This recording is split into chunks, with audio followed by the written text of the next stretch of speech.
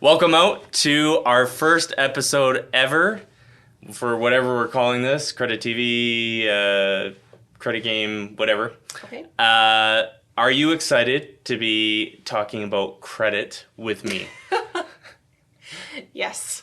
All right. That was probably sarcasm, but we'll run with it. Now, today is very special. Not only is it the first episode that we're launching, it's also May the 4th be with you. Do you know what that means? Yeah. What? StarWars. All right. For someone who hasn't seen it, that's pretty good. Never seen any of the movies. I was going to say episodes, but it's Well, not. they I do guess call it now episodes. Anyways. Oh, do they? Yeah, I think the Oh. later ones. Anyways, but we're going to talk about your score and how it relates to Star Wars. Okay, well, I'm going to leave because I have no idea. No, you got to help me. Please don't leave me alone on this.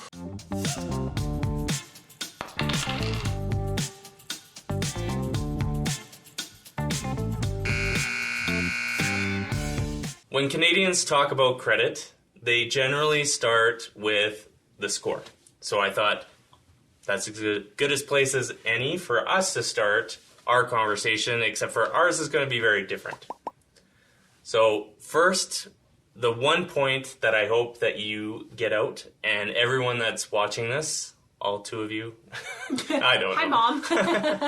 Whoever's watching, that you will understand and get this one point that the bank or the credit score that you have access to as the consumer is not the one that the banks use. Okay.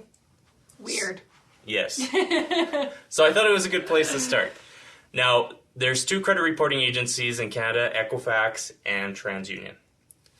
They each have their own scores. So in society, we talk about credit, we refer to the score as if there's just one of them. Mm-hmm. But Equifax and TransUnion have their own, and they're different. Which one's better?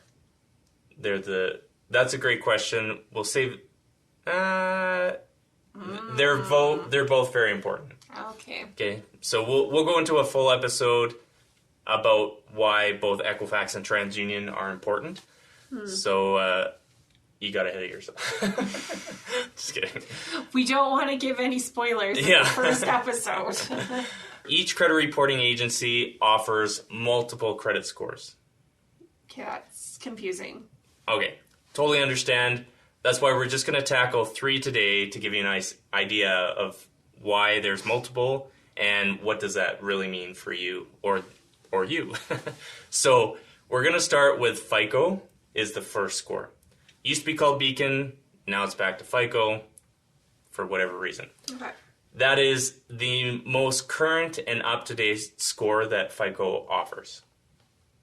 Okay, so that is their top one. So if it was an Apple phone, it would be the newest release of that. Does that make more sense? Yeah, so it's like the most current. Right. Okay. Then we have 2 other scores that sound like they're from Star Wars. We got CRP 3.0. No, for real? Yeah. No, I thought you were joking. No, and ERS 2.0. Okay. That's literally what they're called. No, that's so funny. So not exact, The but first one is I know, sounds very just similar. like it. Okay. So the CRP 3.0 is what the auto industry generally leans towards. So if you go and apply for a vehicle loan, that's generally what the dealership or the lender will use. Okay. ERS 2.0 is not a droid. It is the score that you see if you pay for it with Equifax or if you get it for free on a third-party app. Okay. That is what they call the consumer score or the educational score. Okay. But that is not the score that the banks use. So why do we have to... Why are there so many scores? Why can't it just be one score? This is your number. Why can't there be one Apple phone? But did you see how this makes a difference? Oh, yeah, no, I agree. Okay, yeah. I agree. I wish that they would just provide everyone the one that the banks generally use. It would just make it so much easier. It would. Right. Yeah. But that's really not what they're in for.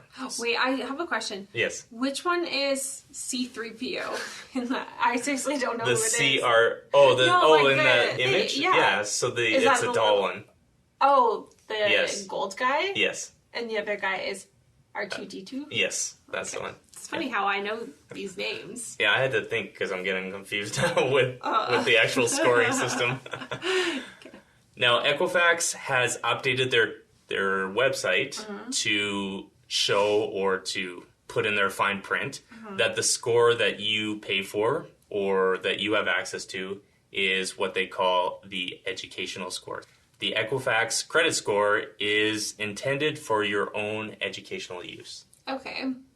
So that's probably tough for people who are trying to apply for a loan or a mortgage when they think that their score that they got is the right one, and then or like the one that they're going to be using, and then it's not. Exactly.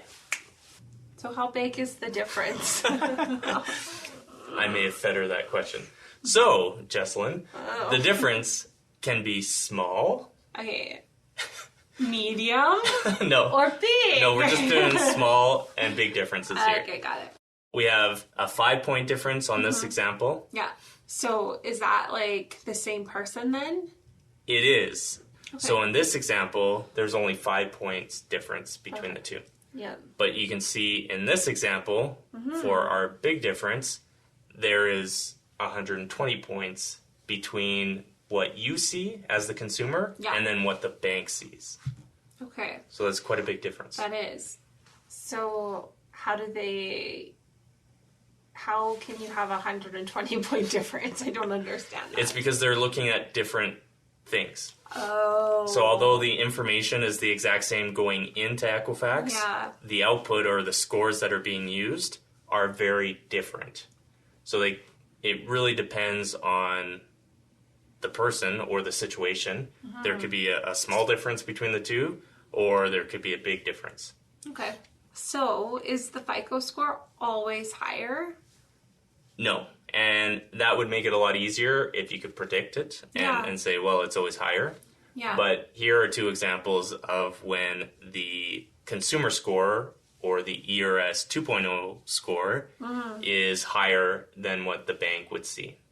And so you see the 66 points and then 81 points as an example.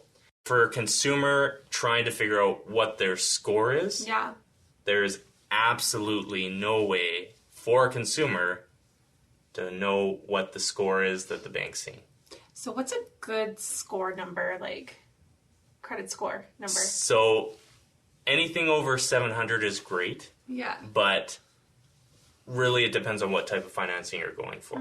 So it can be all over the place. But anything over 700, you're good. Okay. So here's a story. Marlene. Oh, she's a nurse. Do you know her? I do not.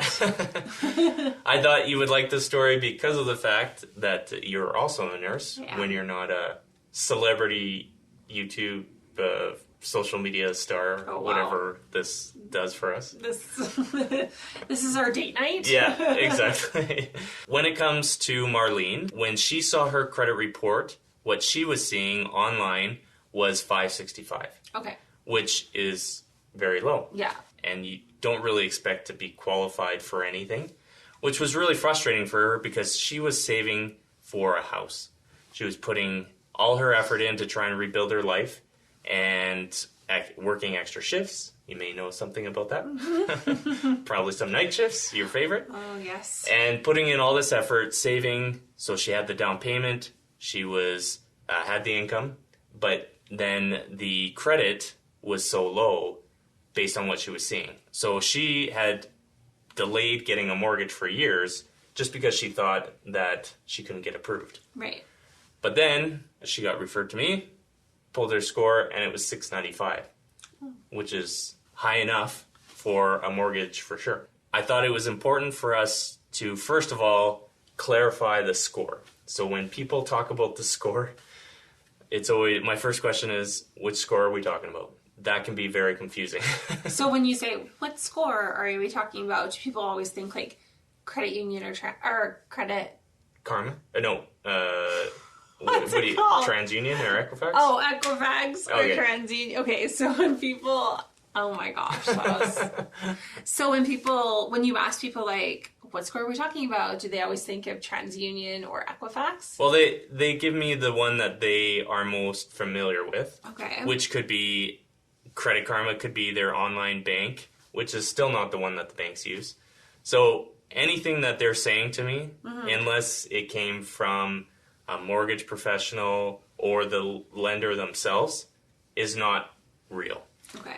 We're going to review to figure out what you learned today from this, and then we'll wrap it up. Sounds good. You're looking a little tired.